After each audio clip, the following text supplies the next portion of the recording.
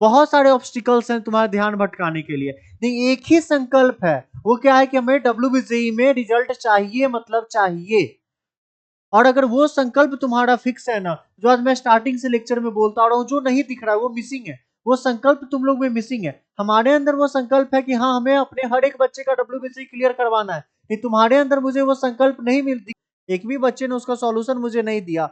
इस बात से बहुत मुझे दुख हुआ है, क्योंकि मुझे लगता था कि आप लोग सिंसियरली पढ़ाई कर रहे हो, नहीं आप लोग जस्ट टेलीग्राम पे मैसेज कर रहे हो, सर लेक्चर दे दो, लेक्चर दे दो, लेक्चर दे दो। दिन भर में अगर मैं 10 लेक्चर भी दे रहा हूं ना, दिन भर में 10 लेक्चर से भी आप लोग का कुछ नहीं होगा अगर खुद से क्वेश्चन सॉल्व नहीं करोगे। आप उत्कर्ष सर के स्टूडेंट हो तो आप क्या करोगे? आपको पता है कि क्लोरीन का सर ने पहले ही बता दिया था 3:1 के रेशियो में रहता है। कितने के रेशियो में रहता है?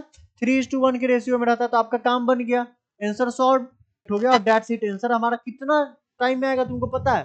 आंसर मुश्किल से मुश्किल लगेगा तो तुमको 40 सेकंड लगेगा इसको सॉल्व करने में, अगर इस ट्रिक से जाते हो तो। ठीक है, तो ये था हमारा मेथड n/22.4। और आप गलती करो, वो चाहते थे आप गलती करो और आप वहां पे गलती कर दिए। लेक्चर्स बहुत इजी होते हैं, जो पढ़ाया जाता है वो बहुत बेसिक होता है।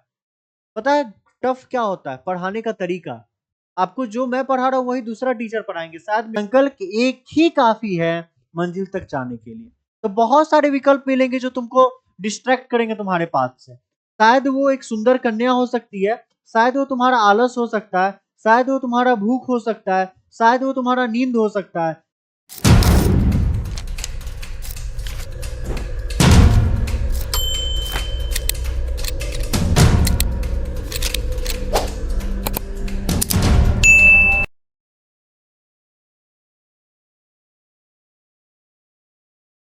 हेलो स्टूडेंट्स, तो कैसे हो आप लोग? स्वागत है आपका हमारे यूट्यूब चैनल वॉरियर्स एडुकेप में। थोड़ा सा हेल्थ खराब था इसलिए एक दिन का वीडियोस में गैप आया, उसके लिए रियली सॉरी। मुझे पता है कि आप लोग बहुत पैनिक हो रहे हैं क्योंकि आप लोग का एग्जाम का डेट बहुत करीब है, बहुत कम टाइम बचे हुए हैं।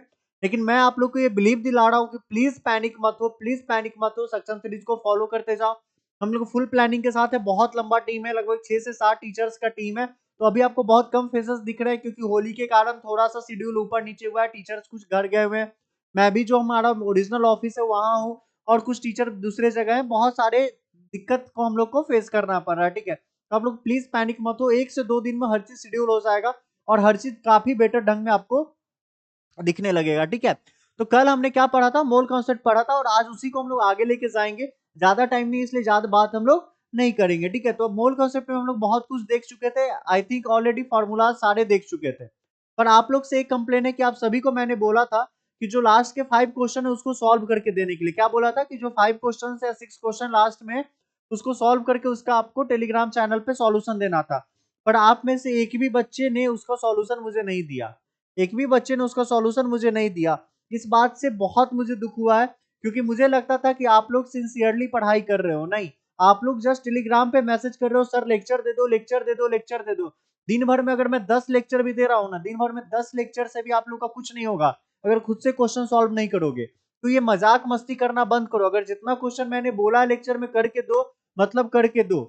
मैं हर चीज आपको प्रोवाइड कराने के लिए रेडी हूँ। लाइक आपको पीपीटी चाहिए, डीपीपी चाहिए, हर एक चीज का आपको डिमांड आ रहा है, सर डीपीपी दो, सर डीपीपी दो। अरे डीपीपी से पहले जो मैं आपको लेक्चर में क्वेश्चन बोला हूँ वो तो करके दो। वो तो तुम करके ही नहीं दे रहे हो, 5 क्वेश्चन एक्स्ट्रा मैं क्यों दू क्वेश्चन? हाँ, मैं मेहनत करके डीपीपी करके दूंगा, तुम लोग क्वेश्चन करके नहीं दोगे, तो वो तुम्हारा रिस्पॉन्सिबिलिटी है ना कि जो क्वेश्चन सर लेक्चर में बोले उसका सॉल्यूशन टेलीग्राम चैनल पे जाके दूं। तो जो क्वेश्चन भी मैं बोला हूँ उसका जाके सॉल्यूशन दो टेलीग्राम चैनल पे, उसके बाद डीपीपी का डिमांड करो, उसके बाद नेक्स्ट लेक्चर का डिमांड करो। केमिस्ट्री का तुम्हारा एक लेक्चर तुम सही से कंप्लीट नहीं किए, जो क्वेश्चंस मैं बोला था क्वेश्चंस करके नहीं दिए, तो सेकंड लेक्चर का डिमांड कैसे कर रहे हो, क्यों कर रहे हो? तो पहले जो एक लेक्चर है उसको जाके कंप्लीट करो। आज जितने भी बच्चे टेलीग्राम चैनल पे उसमें 50% बच्चे का भी रिप्लाई नहीं आ रहा है। इनफैक्ट क्वेश्चन सॉल्व करके नॉट अ सिंगल स्टूडेंट ने मुझे दिया है। तो इस चीज का ध्यान दो। और इस लेक्चर को अपलोड होने के बाद मुझे जितने क्वेश्चन है सबके सॉल्यूशन वहां चाहिए। क्लियर होगा यहाँ तक की बात सबको?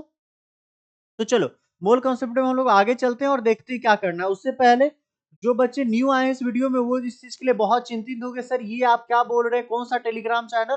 तो उनके लिए मैं बता दूं, ये हमारा टेलीग्राम चैनल का लिंक है। यहाँ पे जो भी क्वेश्चंस मैं एक लेक्चर में देता हूँ कि इसको सॉल्व करके देना, बच्चे यहाँ पे सॉल्व करके सॉल्यूशन देते हैं। मुझे पीपीटीज डीपीपीज चैप्टर का जो हमारा पीपीटी वगैरह है, मॉक टेस्ट का अपडेट्स या क्लासेस कब लेंगे, क्लासेस कब आने वाले, कल का क्लासेस का क्या शेड्यूल है, ये सारे अपडेट्स आपको यहाँ मिल जाते हैं। कहाँ मिल जाते हैं? टेलीग्राम चैनल पे मिल जाते हैं। तो आप लोग जाओ और जाके सबसे पहले टेलीग्राम चैनल को ज्वाइन कर लो, ठीक है। यहाँ तक की बात सबको बहुत अच्छे से समझ में आ गई होगी, आई थिंक सबको अच्छे से समझ में आ गई होगी। तो चलो हम लोग लेक्चर को स्टार्ट करते हैं, क्योंकि हम लोग के पास ज्यादा टाइम बचे नहीं है for what, for our WBSC exam. तो इन सभी चीजों को ध्यान में रखते हुए हमें क्या करना है, जल्दी जल्दी अपने पढ़ाई को स्टार्ट करना है। तो बस 1 मिनट का टाइम दो, मैं अपने स्लाइड पे आ गया और हम लोग यहाँ से अपने पढ़ाई की तरफ थोड़ा सा अग्रसर होते हैं। क्या होते हैं? अग्रसर होते हैं। तो देखो, कल जो मैंने आपको 5 क्वेश्चंस दिए थे, उनको आप तो सॉल्व किए नहीं हो, आप तो उन क्वेश्चंस को सॉल्व किए नहीं हो, तो मुझे इस वीडियो लेक्चर में टाइम वेस्ट करना होगा और मुझे ये हाफ एन आवर अप्रॉक्स लग जाएंगे इन क्वेश्चंस को आपको अच्छे ढंग से सॉल्व करवाने के लिए। तो चलो, आज आपका ये जो पनिशमेंट था, जो आप क्वेश्चन सॉल्व नहीं किए थे, इसलिए मैं आपको साथ ही साथ क्वेश्चन सॉल्व करवाता हूँ। क्या करवाता हूँ? क्वेश्चन सॉल्व करवाता हूँ। तो ये आपका एक पहला क्वेश्चन है, क्वेश्चन नंबर 1 है। इस क्वेश्चन को ध्यान से देखो, क्या लिखा हुआ है यहाँ पे। मैं इसको थोड़ा सा एडिट कर रहा हूँ। 22.4 लीटर, क्या लिखा हुआ है? 22.4 litre of H2O is given in a constant, in a container, in a container, find the number of moles of H2O। Question क्या गिवन है? 22.4 litre H2O is given in a container, then find the number of moles of H2O। ठीक है, बात समझ में आई सबको? Question समझ में आया सबको? तो चलो इस क्वेश्चन को आप लोग सॉल्व करना स्टार्ट करो। मैं आप लोग को टाइमर स्टार्ट करके 1 मिनट का टाइम देता हूँ, ठीक है। तो चलो जल्दी से, मैं 1 मिनट रुका हुआ हूँ, फटाफट आप लोग इस क्वेश्चन का सॉल्यूशन मुझे रेडी करके दो। क्या कर सकते हैं, अगर आप लोग नहीं करके दे रहे हो तो ये काम हम लोग लाइव में करते हैं कि टाइमर स्टार्ट करके छोड़ देते हैं, जब टाइम हो जाता है तो हम लोग सॉल्व करना शुरू करते हैं। पर मुझे इतना लापरवाह होंगे हमारे बच्चे, मुझे बिल्कुल भी उम्मीद नहीं था। बहुत निराशा हुई मुझे ये चीज देख के कि जो हमने वर्क दिया था आपको वो नहीं किया। आप आगे का वर्क हमसे ढूंढ रहे हो, हमसे काम ढूंढ रहे हो, हमसे हर चीज ढूंढ रहे हो। हाँ ढूंढो, तुम्हारा हक है हमसे ढूंढने का। वो हक हम तुमको दिए कि तुम हमसे प्रॉपर हर चीज टाइम पे मांगो। अगर हम नहीं दे पा रहे हो वो मेरा गलती है, हम एक्सेप्ट कर रहे हैं। पर तुम क्या कर रहे हो? तुमको जो क्वेश्चन दिया वो तुम भी नहीं करके दे रहे हो। तो जो गलती हम कर रहे हो उससे ज्यादा ब्लंडर तुम कर रहे हो। जितना प्रोवाइड करा रहे हो तुम वो चीज भी सही से नहीं कर रहे हो। एक चीज याद रखना, पढ़ाई बारीकियों का खेल होता है। ऊपर ऊपर से पढ़ने वाले बच्चे बर्बाद हो जाते हैं। जो बच्चे एक एक चीज को ध्यान से सुनते हैं, एक एक क्वेश्चन को सॉल्व करते हैं ना, वही आगे जाते हैं। ठीक है, तो चलो हम लोग का टाइम हो गया, हम लोग टाइमर को रिसेट करते हैं और इस क्वेश्चन को सॉल्व करने की तरफ चलते हैं। तो देखो क्वेश्चन में क्या गिवन है, 22.4 litre of H2O in a container. तो सर आपने तो बताया था, मुझे एक फॉर्मूला याद है कि अगर वॉल्यूम गिवन है तो वॉल्यूम बाय 22.4 लीटर कर देना है, और ये हमारा क्या हो जाएगा? एन हो जाएगा, नंबर ऑफ मोल्स हो जाएगा, है ना। ये तो मैं बताया था कि वॉल्यूम गिवन हो तो 20 वॉल्यूम बाय 22.4 कर देना और वो हमारा नंबर ऑफ मोल्स हो जाएगा। तो सर यहाँ पे कितना गिवन है? 22.4 गिवन है। तो हम लोग क्या करेंगे, 22.4 लीटर अपॉन 22.4 करेंगे और इसका हम लोग सॉल्व कर देंगे। क्या कर देंगे? इसको हम लोग सॉल्व कर देंगे और हमारा आंसर कितना आ जाएगा? 1 मोल आ जाएगा। कितना आ जाएगा हमारा? 1 मोल हमारा इसका आंसर आ जाएगा, है कि नहीं है? जाके ईमानदारी से बताना किन किन बच्चों को इसका आंसर 1 मोल आया है। जिस भी बच्चे को इस क्वेश्चन का आंसर 1 मोल आया है ना, वो अपने लिए एक बार क्लैप कर लो। क्या कर लो? अपने लिए एक बार क्लैप कर लो। हम भी क्लैप कर दे रहे हैं यहाँ पे, ठीक है। तुमसे बड़ा बेवकूफ और बुद्धू कोई हो ही नहीं सकता, ठीक है। इसीलिए हम बोले थे जाके क्वेश्चन को प्रैक्टिस करो। नहीं, हमारा बात तो तुम लोग को मजाक लग रहा था कि सर मजाक कर रहे हैं, सर से बस lecture demand lecture demand lecture demand करना है, ठीक है। तो वो गलती आई थिंक आगे से नहीं करोगे और थोड़ी थोड़ी बारीकियों पे ध्यान दोगे। याद रखना, जब हम ये पढ़ा रहे थे तो एक कंडीशन बोले थे, standard temperature and pressure condition, STP बोले थे ना। एक कंडीशन बोले थे ना, एट एसटीपी। क्वेश्चन में कहीं भी गिवन है एट एसटीपी? बताओ तो, कहीं भी ये चीज गिवन है कि एसटीपी कंडीशन है? नहीं गिवन है ना। तो जब एसटीपी कंडीशन नहीं गिवन है तो तुम ये फॉर्मूला कैसे लगा सकते हो? नहीं लगा सकते हो। तो वही तो चीज देखना था, वही गलती यहाँ पे करवाता है और वही गलती तुम कर दिए। क्या गलती किए कि एसटीपी नहीं गिवन था, फिर भी तुम एसटीपी कंडीशन लगाए और क्या किए, v अपॉन 22.4 वाला फॉर्मूला यूज किया और यहाँ से 22.4 अपॉन 22.4 कर लिए और आंसर 1 मोल निकाल के दे दिए, और ये सरासर गलत है। यहाँ बारीकियों पे ध्यान देना था कि सर आपने बोला था जब एसटीपी कंडीशन हो तभी ये फॉर्मूला यूज करने के लिए, लेकिन यहाँ तो एसटीपी कंडीशन है ही नहीं, तो ये फॉर्मूला हम कैसे यूज कर सकते हैं? नहीं यूज कर सकते। तो तुमको यहां से देखना चाहिए था कि अब हमारे पास क्या ऑप्शन बचता है, बताओ जल्दी से बताओ।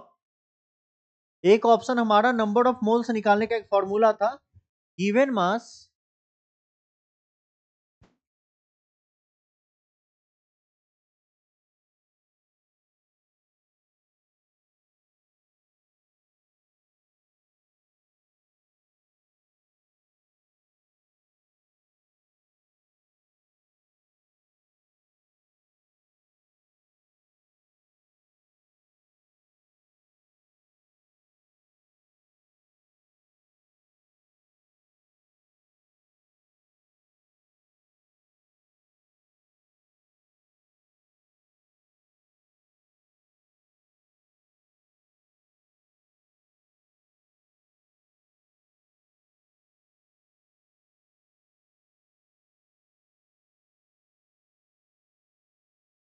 तो अब हमें क्या निकालना है? गिवन मास निकालना है। क्या निकालना है? गिवन मास निकालना है। तो बचपन में आप एक फॉर्मूला पढ़ोगे, density equals to mass upon volume, पढ़े थे ना? Density equals to mass upon volume. तो आपको भी यहाँ पे डिमांड करना चाहिए था कि सर इस क्वेश्चन में आप हमें डेंसिटी प्रोवाइड करा दो। क्या प्रोवाइड करा दो? डेंसिटी प्रोवाइड करा दो। तो आप सभी को सॉरी, आप सभी को पता होना चाहिए कि यहाँ पे वाटर का डेंसिटी कितना होगा, बताओ जल्दी से, जल्दी बताओ। 1 ग्राम पर एम एल, 1 ग्राम पर एम एल होगा ना वाटर का डेंसिटी। तो अगर वाटर का डेंसिटी हमारा 1 ग्राम पर एम एल है और मास हमको निकालना है, वॉल्यूम कितना गिवन है? 22.4 लीटर, यानी कि 22.4 इंटू, इसको आप मिलीलीटर में चेंज करो, कितना? 10 का पावर 3 होगा कि नहीं होगा? जल्दी से बताओ, होगा कि नहीं होगा? इसको अब ऊपर ले जाओ, यानी कितना हो जाएगा? 22.4 इंटू 10 का पावर 3 ग्राम इक्वल्स टू कितना आएगा? मास आएगा कि नहीं आएगा, बताओ। अब इस मास को आप यहाँ पे ले जाके पुट कर दो। अब देखो n इक्वल्स टू कितना? 22.4 इंटू 10 का पावर 3 ग्राम, नीचे में कितना है? 18 ग्राम पर मोल, ग्राम से ग्राम कैंसिल आउट, और अब आप इस n को सॉल्व कर दो और जो आंसर आएगा वही आपका आंसर हो जाएगा। समझ में आई कुछ बात? ये क्वेश्चन बहुत सोच समझ के रखा गया था। क्यों पता है? एग्जाम वाले बहुत छोटे से और चिंदी क्वेश्चन करवाते हैं। ये बहुत चिंदी सा क्वेश्चन था, बट आपको कंफ्यूज करने के लिए यही अमाउंट डाला गया 22.4, कि आपका दिमाग वहीं पे जाके क्लिक कर जाए। जानबूझ के ये लीटर रखा गया क्योंकि आपका दिमाग उसी एक पॉइंट पे क्लिक करे जो फॉर्मूला आपको रटवाया गया था, n अपॉन 22.4, और आप गलती करो।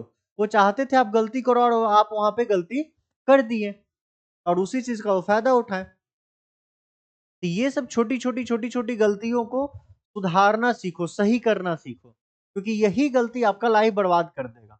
आप हर चीज पढ़ के जाओगे और बोलोगे सर आप तो सब पढ़ाए थे, क्वेश्चन गलत हो गया। अरे बेवकूफ, ये सब चीज बारीकी तुम ध्यान दोगे ना। लेक्चर्स बहुत इजी होते हैं, जो पढ़ाया जाता है वो बहुत बेसिक होता है। पता है टफ क्या होता है? पढ़ाने का तरीका। आपको जो मैं पढ़ा रहा हूँ वही दूसरा टीचर पढ़ाएंगे, शायद मेरा टफ लग रहा होगा उनका इजी लगेगा, या उनका टफ लगेगा मेरा इजी लगेगा। सिलेबस सब सेम है, सारे सिलेबस सेम है। और एक चीज याद रखना, मेरे हिसाब से देखो, मेरे डिक्शनरी में हर एक सिलेबस इजी है, हर एक चैप्टर इजी है। डिपेंड्स करता है कि तुमको पढ़ाने वाला किस तरीके से तुमको समझा रहा है। मेरे बचपन में मुझे बायोलॉजी बिल्कुल पसंद नहीं था, ये एक रियल स्टोरी है। मुझे बायोलॉजी बिल्कुल पसंद नहीं था। मैं क्लास 8 में पढ़ता था उस टाइम, आकाश इंस्टीट्यूट में। तो वहां पे एक मिस आई, तो मैं उनको फर्स्ट डे जाके बोला कि मिस मुझे बायोलॉजी का लेक्चर में नहीं पढ़ना है, मैं पीछे बैठ के मैथ सॉल्व करूंगा, ठीक है? तो मिस पता है क्या बोली? तुम्हें बायोलॉजी क्यों नहीं पढ़ना, तुम मत पढ़ना मेरे क्लास में, तुम पीछे बैठ के मैथ्स पढ़ना, बस 2 मिनट हमको बताओ कि तुमको बायोलॉजी क्यों नहीं पसंद है। मैं उस समय बच्चा था, मैं खुश हो गया कह रहे मिस बोल रही है नहीं पढ़ना, इससे अच्छा बात क्या हो सकता है? कोई टीचर तो अलाउ करता नहीं कि उसके पेट में तुम दूसरा कुछ करो। तो मिस बोल रही है मतलब कुछ अच्छी मिस होगी। तो मैं बताया कि मिस मुझे बायोलॉजी में कोई इंटरेस्ट नहीं, मुझे अच्छा ही नहीं लगता, बोरिंग लगता है, उसमें सिर्फ रटना पड़ता है। पता है उसके बाद वो मिस क्या बोली? इसमें तुम्हारा गलती नहीं है, बायोलॉजी टफ नहीं है, तुमको सही से पढ़ाने वाला नहीं मिला। तुमको आज तक कोई ऐसा टीचर ही नहीं मिला जो तुमको बायोलॉजी सही से पढ़ा पाए। अगर मिला रहता तो तुमको बायोलॉजी सबसे इजी सब्जेक्ट लगता। और यकीन मानो उन्होंने मुझे बायोलॉजी पढ़ाया, वो ये बोली कि बस 1 सप्ताह का टाइम दो और तुम मुझसे पढ़ो, अगर तुमको नहीं अच्छा लगे तो मैं तुम्हें कभी फोर्स नहीं करूँ। तो हम सोचे मिस इतनी अच्छे से बोले तो 1 सप्ताह फॉलो करके देखते हैं। 1 सप्ताह जब फॉलो किए तो लिटरली यकीन मारो मेरा, बायोलॉजी मुझे one of the favourite subject में से एक हुआ। और 100 में मैंने 98 स्कोर किया। कितना? 98 स्कोर किया आउट ऑफ 100। इसे क्या समझ में आता है? कोई भी चैप्टर टफ नहीं है, कोई भी सब्जेक्ट टफ नहीं है, पढ़ाने वाला उसको या तो इजी कर देता है नहीं तो टफ कर देता है। एक लैंग्वेज को आप एक चीज को 10 तरीके से बोल सकते हो, उसमें एक तरीका शायद इजी हो, एक तरीका टफेस्ट वन हो, है ना? तो जो टफेस्ट वन है आपको वही एक चीज टफ लगेगा, और वही चीज हम हिंदी में समझाए तो वो चीज आपको इजी लगेगा। तो डिपेंड करता है कि आपको समझाने वाला किस तरीके से उसको समझा रहा है। तो ये मत समझो कि सर का लेक्चर बहुत इजी आ रहा है, कुछ नहीं हो रहा, नहीं, उसको इजी वे में मैं समझा रहा हूं। ये क्वेश्चन अगर आप गलत करके आ जाते तो ये one of the tough question में से एक है। आधा बच्चा बोलता सर इसमें क्या लॉजिक है, क्यों गलत हो गया? बहुत जगह ये माना जा सकता है ना कि आप वाटर का डेंसिटी खुद से एज्यूम कर लोगे, मुझे बताने का नीड नहीं है, क्वेश्चन में नहीं गिवन होगा, आप तो वहां गलत करके आ गए। और आपको आंसर में 1 मोल गिवन होगा क्योंकि आप गलत करके आओ, और शायद वो 1 मोल ऑप्शन नंबर 1 ही हो, ए ऑप्शन में 1 मोल हो, और आप गलत करके आ जाओगे। तो जितना लेक्चर में पढ़ाया जा रहा है उसकी छोटी छोटी बारीकियों पे ज्यादा ध्यान दो। ऊपर ऊपर हवा में उड़ने से कुछ नहीं होगा। अगर आप जमीन पकड़ के चल रहे हो, एक एक चीज को अच्छे से समझ के चल रहे हो, तभी आप एक्सपेक्ट करो कि आपका डब्ल्यूबीसी क्वालिफाई होगा। जितना वर्क आपको दिया जा रहा है उतना वर्क करो, विथ पेशेंस बैठ के करो। आप लोग नहीं कर रहे, मुझे प्रॉपर क्लियर दिख रहा है। मैं मैथ्स के लेक्चर में भी जब दिया तो वहां पे भी मुझे दिखा कि आप लोग वर्क करके नहीं दे रहे हो, सॉल्व करके नहीं दे रहे हो, और ये बहुत गलत चीज है। आप लोग का जो डिमांड है लाइव क्लास लेने का, लाइव क्लास में मुझे भी आप लोग से क्वेश्चन है, आपको उसका आंसर करना होगा। You have to answer on this question. आपको उस टाइम क्वेश्चन का आंसर मुझे देना होगा कि आप ये लापरवाही क्यों कर रहे हो। इस चीज के लिए रेडी रहना आप लोग। चलो बिना टाइम वेस्ट किए हुए हम लोग नेक्स्ट लेक्चर पे, नेक्स्ट हमारा क्वेश्चन पे चलते हैं। नेक्स्ट क्वेश्चन हमारा ये है, क्या क्वेश्चन? ये क्वेश्चन है। चलो इसके लिए भी मैं आप लोग को टाइम देता हूं, सॉल्व करो।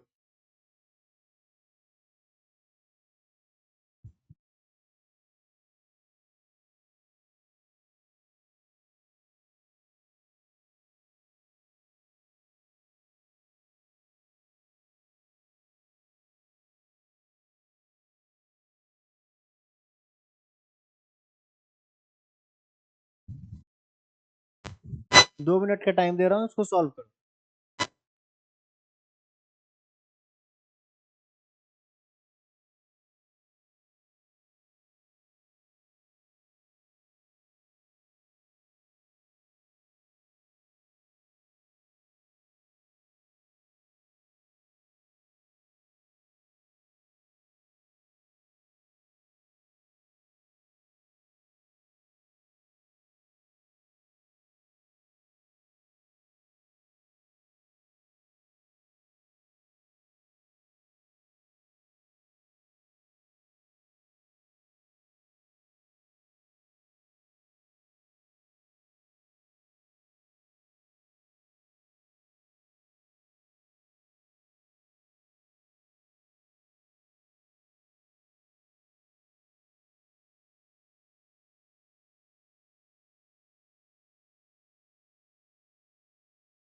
जी।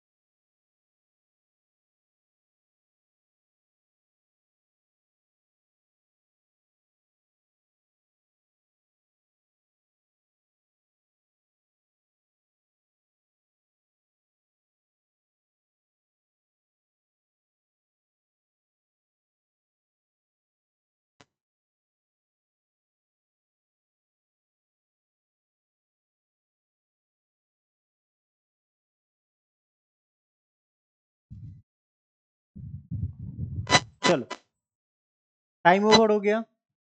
आई थिंक आप सभी ने सॉल्व कर लिया होगा। विथ ऑनेस्टी कमेंट में जाके इसका सॉल्यूशन मेरे सॉल्व करने से पहले दे देना। तुमको तुम्हारे WBC 2025 की कसम है कि जाके इसका सॉल्यूशन कमेंट में खुद से दे देना, बिना मेरे सॉल्व किए हुए, मेरे सॉल्व करने से पहले। चलो क्वेश्चन क्या कर रहा है कि 16 ग्राम ऑफ CH4 का 16 ग्राम है, इसको लिस्ट 2 में, ये लिस्ट 1 है और ये लिस्ट 2 है, ये लिस्ट 2 में इसका वैल्यू किसके इक्वल हो सकता है कि नहीं है? किसके इक्वल हो सकता है? ठीक है, अब यहां देखो कि अगर हम लोग ध्यान से एनालाइज करने का कोशिश करें तो इसका दो ऑप्शन हो सकता है, या तो 1 हो सकता है, नहीं तो 2 नंबर ऑप्शन हो सकता है। पूछो क्यों? यहाँ दो तरीका है अब सॉल्व करने का, या तो तुम इसको ऑप्शन बाय ऑप्शन सॉल्व करो, है कि नहीं? अगर तुमको WBC में सॉल्व करना है, थोड़ा सा टाइम मैनेज करना है, तो एक बार ऑप्शन पे ध्यान दो। तो एक ऑप्शन या तो 2 है, नहीं तो 1 है, और कोई ऑप्शन ही नहीं है, यानी कि इसका आंसर या तो ये होगा, नहीं तो इसका आंसर ये होगा। इस दोनों के अलावा कुछ हो नहीं सकता है। अब देखते हैं कि अगर 16 ग्राम ऑफ CH4 दिया हुआ है, यानी कि वेट पहले से दिया हुआ है, तो दोबारा से तो वेट निकालने के लिए देगा नहीं, यानी कि अब ये तो श्योर हो गया। यहां से देखें कि ये ऑप्शन हमारा ये हो गया। तो पहला तरीका बिना सॉल्व किए हुए हम कैसे क्वेश्चन को जस्ट देख के निकाल लिए, ये ट्रिक आपको सिर्फ उत्कर्ष सर दे सकते हैं, है कि नहीं? ये होता है तुक्का का ट्रिक। जो टीचर आपको तुक्का सिखाता है ना, उसके चक्कर में नहीं पड़ना है। उत्कर्ष सर जो ये तुक्का सिखाए, इसके चक्कर में पड़ना है। इस तुक्का से हमारा काम निकल गया, निकला कि नहीं निकला? आप ध्यान से देखो, हम लोग इजिली निकाल लिए इसको सॉल्यूशन। ठीक है, तो एक ऑप्शन अब हमारा ये तो श्योर हो गया कि ऑप्शन नंबर ए हमारा नहीं होगा। अब option number B C D को एनालाइज करते हैं। तो यहां देखो और कौन सा टर्म है जो आपको ज्यादा केस में मैच करता हुआ दिख रहा है। ठीक है, या तो यहाँ बी में 3 है, 4 है, और यहाँ 4 और 3 है। ठीक है, यानी कि एक केस अगर आप इसको पे ध्यान देते हो, सी पे ना, तो कुछ काम बन सकता है। अब या तो आप सी पे देख लो, नहीं तो डी पे। तो देखो हम लोग एक आंसर तो इजिली निकाल लिए अपने इस तुक्का ट्रिक से, उत्कर्ष सर के तुक्का ट्रिक से, है ना? हैशटैग उत्कर्ष सर का तुक्का ट्रिक इजिली निकाल लिए। अब जब दूसरा आंसर निकालने के लिए जाएंगे तो मुझे ये पता चलेगा कि ये ऑप्शन तो हो ही नहीं सकता। अब यहाँ देखो डी में ये दोनों ऑप्शन सेम है और ये वाला वैरी कर रहा है, तो अब हम लोग ए के बाद बी सी नहीं सॉल्व करेंगे, हम लोग डायरेक्ट डी सॉल्व करेंगे। क्योंकि डी में या तो ऑप्शन नंबर 1 हो सकता है, नहीं तो ऑप्शन नंबर 3 हो सकता है। या तो ये ऑप्शन हो सकता है, नहीं तो ये ऑप्शन हो सकता है। सॉरी, ऑप्शन नंबर 3 है ना, या तो ये हो सकता है, नहीं तो ये हो सकता है, ऑप्शन नंबर डी के लिए। अब क्वेश्चन क्या कर रहा है? 0.5 मोल ऑफ SO2। तो 0.5 मोल ऑफ SO2 अगर बोल रहा है, इसको हमको सॉल्व करना है। तो यहां से देखो, सबसे पहले आप क्या करो कि क्या कर सकते हो, आप फॉर्मूला बताओ। फॉर्मूला क्या होता है? N equals to given mass upon molar mass. होता है कि नहीं होता? यानी कि 0.5 इंटू ये गिवन मास निकालने के लिए आपको समथिंग करना है, समथिंग करना है। अब गिवन मास या तो 28 हो सकता है, नहीं तो 32 हो सकता है कि नहीं है? अब यहां से आप देखो कि अगर आप जाते हो किसके साथ, SO2 के साथ, तो O का कितना 16 होता है, तो 16 प्लस 16 कितना 32, है कि नहीं है? 32। और आपका S का कितना होता है 32, होता है कि नहीं होता है? यानी कि अगर आप SO2 का मोलर मास निकालने जाओ तो आपका कितना आएगा 64 ग्राम पर मोल। कितना आएगा 64 ग्राम पर मोल। यानी कि आप क्या कर सकते हो 64 इंटू 0.5, यानी कि आपका कितना आ गया बताओ जल्दी से 32 ग्राम। तो जैसे ही आपका 32 ग्राम आया, यानी कि ऑप्शन नंबर 3 करेक्ट हो गया। यानी कि जैसे ही ऑप्शन नंबर 3 करेक्ट हुआ, तो आप देखो ये भी गया और ये भी गया, यहां से मेरा क्वेश्चन का आंसर डी हो गया। तो ये था हमारा शॉर्टकट मेथड। इसको हमको समझाने में टाइम लगा, अगर मुझे समझाना नहीं रहा था तो मैं क्या करता, मैं आपके तरह स्टूडेंट होता, सबसे पहले ऑप्शन देखता और देखता कि अरे ऑप्शन नंबर अगर ए की बात करें तो एक जगह 1 है, बाकी जगह 2 2 2 है, यानी कि या तो 1 होगा नहीं तो 2 होगा। तो 1 2 में देखा, यहाँ वेट है, यहाँ वेट है, यानी कि 1 तो हो नहीं सकता, यानी कि हमारा 2 होगा, यानी कि ए नंबर ऑप्शन गया। अब बचा हमारे पास option B C D. B C D में हम देखें कि बी में 3 4 और 4 में वैरी कर रहा है, और सी में 431 में कर रहा है, तो सी देखना तो हमारा मूर्खता हो जाएगा, क्योंकि तीनों में से कुछ भी हो सकता है। तो या तो हम लोग बी पे सॉल्व कर ले, नहीं तो डी पे सॉल्व कर ले, है कि नहीं? या तो बी पे सॉल्व कर ले, नहीं तो डी पे सॉल्व कर ले। तो डी पे अगर हम लोग सॉल्व करने गए तो यहाँ से सॉल्व कर लिए फटाक से कि अरे एसओ 0.5 मोल ऑफ SO2, यानी कि SO2 का कितना हो जाएगा, एस का 1632 और ओ का कितना हो जाएगा 8 16 प्लस 16 32, यानी कि 32 और 32 यानी कि 64। अच्छा 0.5 यानी कि 1/2 हो गया, यानी कि 64। अरे ये तो ऑप्शन नंबर हमारा डी करेक्ट हो गया, और दैट्स इट। आंसर हमारा कितना टाइम में आएगा तुमको पता है? आंसर मुश्किल से मुश्किल लगेगा तो तुमको 40 सेकंड लगेगा इसको सॉल्व करने में, अगर इस ट्रिक से जाते हो तो। ठीक है, तो ये था हमारा मेथड नंबर 1। अब हम लोग आते हैं मेथड नंबर 2 पे, जो थोड़ा सा लेंदी मेथड है। जो नॉर्मल बच्चे करेंगे, जो सक्षम सीरीज नहीं देख रहे हैं, वो इस लेंदी मेथड से जाएंगे। आप शॉर्टकट से जाओगे और वहां पे अपना टाइम मैनेज कर लोगे। अब वो क्या करेंगे, वो ये सब कुछ नहीं जान रहे, वो अब स्टार्ट करेंगे अपने ऑप्शन नंबर ए से। कहां से स्टार्ट करेंगे? ऑप्शन नंबर ए से। अच्छा, क्वेश्चन में क्या गिवन है? 16 ग्राम ऑफ CH4, यानी कि हमारा गिवन मास कितना 16 ना, और मोलर मास हमारा कितना, सी का हो जाएगा 12 और H4 का 4, यानी कि 16/16, यानी कि 1 मोल। अच्छा, ऑप्शन में तो कहीं 1 मोल नहीं गिवन है। अच्छा, तो क्या इसको हम लोग STP कंडीशन पे ले जा सकते हैं क्या? इस पे भी दिक्कत हो जाएगा और ये दोनों ऑप्शन हो नहीं सकता है। अच्छा, इसको एक बार चेक करके देखते हैं, क्योंकि उनको शक है ना, वो चेक करेंगे। अच्छा, अगर 1 मोल गिवन है, यानी कि 1 मोल ऑफ CH4 गिवन है कि नहीं? अच्छा, 1 मोल का क्या मतलब हो गया हमारा? यहाँ से हम लोग देखने का ट्राई करें तो कितने इलेक्ट्रॉन्स, कितने इलेक्ट्रॉन्स हो सकते हैं, बताओ, जल्दी से बताओ। डी के हमारे 6 इलेक्ट्रॉन, है कि नहीं? एच के हमारे 4 इलेक्ट्रॉन। सोचो सोचो, सी के 6 इलेक्ट्रॉन और एक एक एच के इलेक्ट्रॉन, 4 इलेक्ट्रॉन, 10 इलेक्ट्रॉन हो गए, है ना? और इसको अगर हम लोग Na से मल्टीप्लाई कर दें, यानी कितना 6.022 इंटू 10 का पावर 23 इंटू 10, यानी कितना 60.2 इंटू 10 का पावर 23, है ना?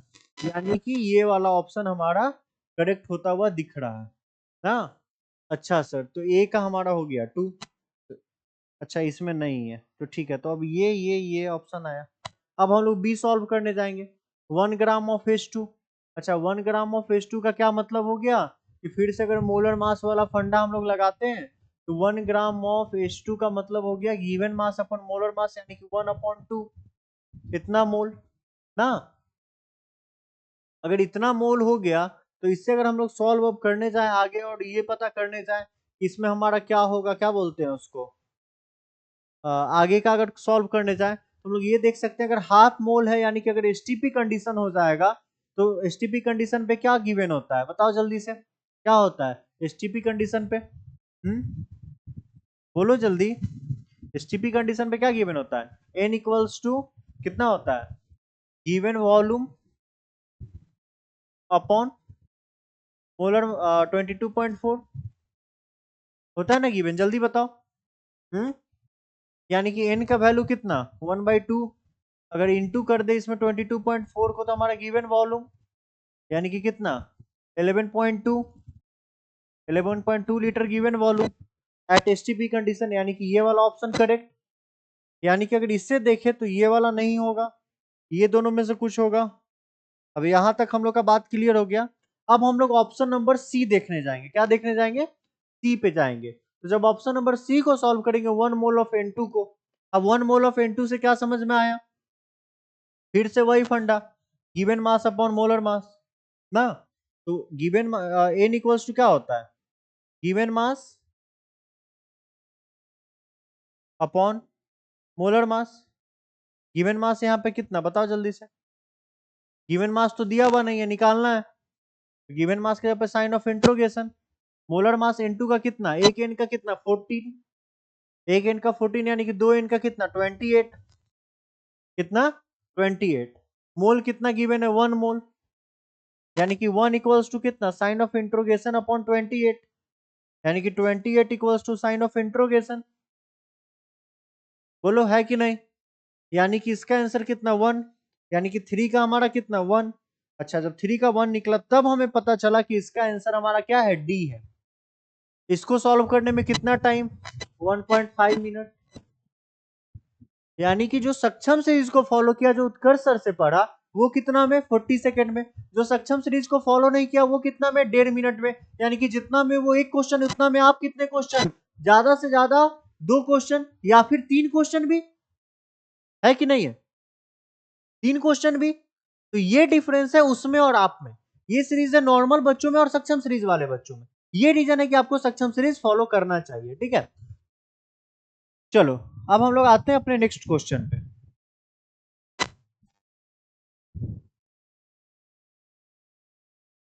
सॉल्व करो इस क्वेश्चन के लिए। हाँ, आपको मैं देता हूं 1.30।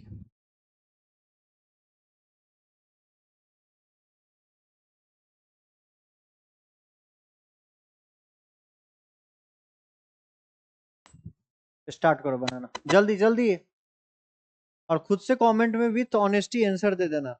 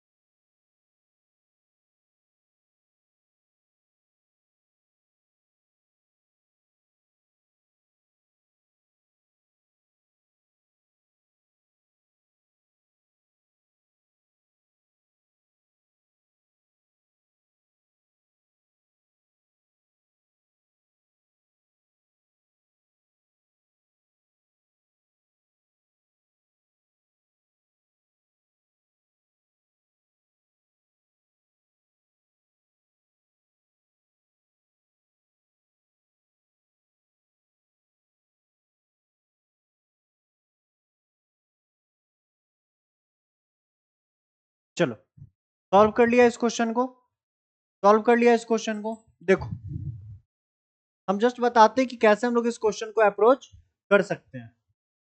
गिवन क्या है, the number of N atom, N for nitrogen,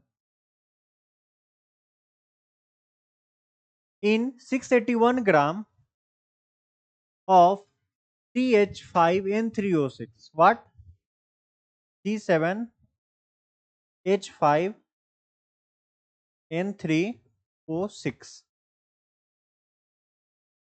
okay, is x into 10 the power 21. Find the value of x ना। और ये क्या है, नंबर ऑफ एटम, ये क्या है, नंबर ऑफ एटम, ठीक है। गिवन और एक चीज क्या हमारा 681 ग्राम। यानी कि अब यहां से हम लोग बात करें तो क्वेश्चन में हमारा मास गिवन है, क्या गिवन है, क्वेश्चन में मास गिवन है, ये मॉलिक्यूलर फार्मूला गिवन है हमारा, और एक नाइट्रोजन का नंबर ऑफ एटम बताया गया। उसमें पूछ रहा है कि ये जो मिसिंग टर्म है एक्स है, इसका वैल्यू क्या है। तो सबसे पहले हमारा गिवन मास और मॉलिक्यूलर फार्मूला के हेल्प से हम लोग क्या निकालेंगे, मोलर मास, क्या निकालेंगे, मोलर मास। और वहां पे एक फॉर्मूला लगाएंगे जिसका नाम क्या होगा, गिवन मास अपॉन मोलर मास। एक चीज बताओ, जब हम जेई मेंस लेवल तक का क्वेश्चन आपको लेके जा रहे हैं और हमारे सिलेबस से बाहर नहीं है, तो क्या आपको लग रहा है कि डब्ल्यूबीएससी के सिलेबस में इससे बाहर होगा? ये सारे तो वो एक्सपेक्टेड क्वेश्चन है जो हम लोग उम्मीद कर रहे हैं कि जेई मेंस को कॉपी कर सकता है डब्ल्यूबीएससी। तो डब्ल्यूबीएससी का लेवल तो इससे भी डाउन है कि नहीं? तो आप लोग को चिंता करने का नीड ही नहीं है। जो पढ़ाया जा रहा है, जो नोट्स, जो कंटेंट दिया जा रहा है, वो मोर देन सफिशियंट है आप लोग के लिए। क्या है, मोर देन सफिशियंट। तो चलो अब हम लोग क्या करेंगे, इसका सबसे पहले मोलर मास निकालने का ट्राई करेंगे। तो सी का आपको पता है कितना होता है, 12। 12 into 7 plus 1 into 5 plus 14 into 3 plus 16 into 6। इसको सॉल्व करने जाए तो कितना, 84, इसका 5, इसका कितना 42, इसका कितना 96। क्लियर है सबको। इसको सॉल्व करने जाए तो 89 टू 91 और 4 131, 131 और 6 137, 137 में 90 ऐड कर रहे हैं, बताओ जल्दी से कितना, इधर 70 और उधर 20, यानी कि 227। आई होप सही है कैलकुलेशन, आई होप कैलकुलेशन सही है। तो ये हमारा क्या निकल गया, ग्राम पर मोल। ठीक है, अब जो हम लोग पढ़े थे गिवन मास अपॉन मोलर मास, अगर इसको सॉल्व करने जाए तो गिवन मास कितना 681 ग्राम, हमारा मोलर मास कितना 227 ग्राम पर मोल। इससे 3 टाइम में कैंसिल आउट, और कितना ग्राम से ग्राम कैंसिल आउट, यानी कि 3 मोल। कितना आया, 3 मोल आया। कितना आया, 3 मोल आया। अब 3 मोल में अगर देखें तो ये पूरे के पूरे इस कंपाउंड का कितना पार्टिकल्स, कितना होगा बताओ। आई थिंक 3 Na होगा कि नहीं होगा, यहां पे देखते हैं। 3 इंटू 6.022 इंटू 10 का पावर 23 है कि नहीं है, कितना में, इस पूरे में। अब बात करें सिर्फ और सिर्फ इस नाइट्रोजन एटम की, किसकी, नाइट्रोजन की। तो इस नाइट्रोजन में कितना, 3 इंटू 3 टू 2 इंटू 10 का पावर 23।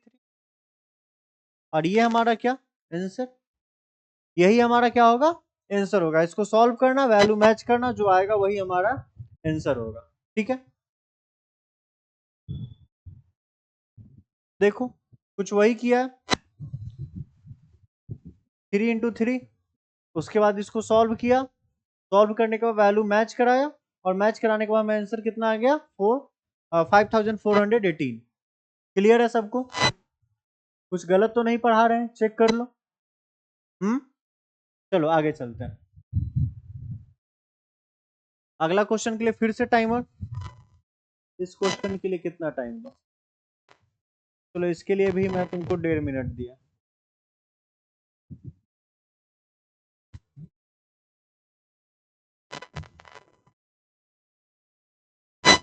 Solve it.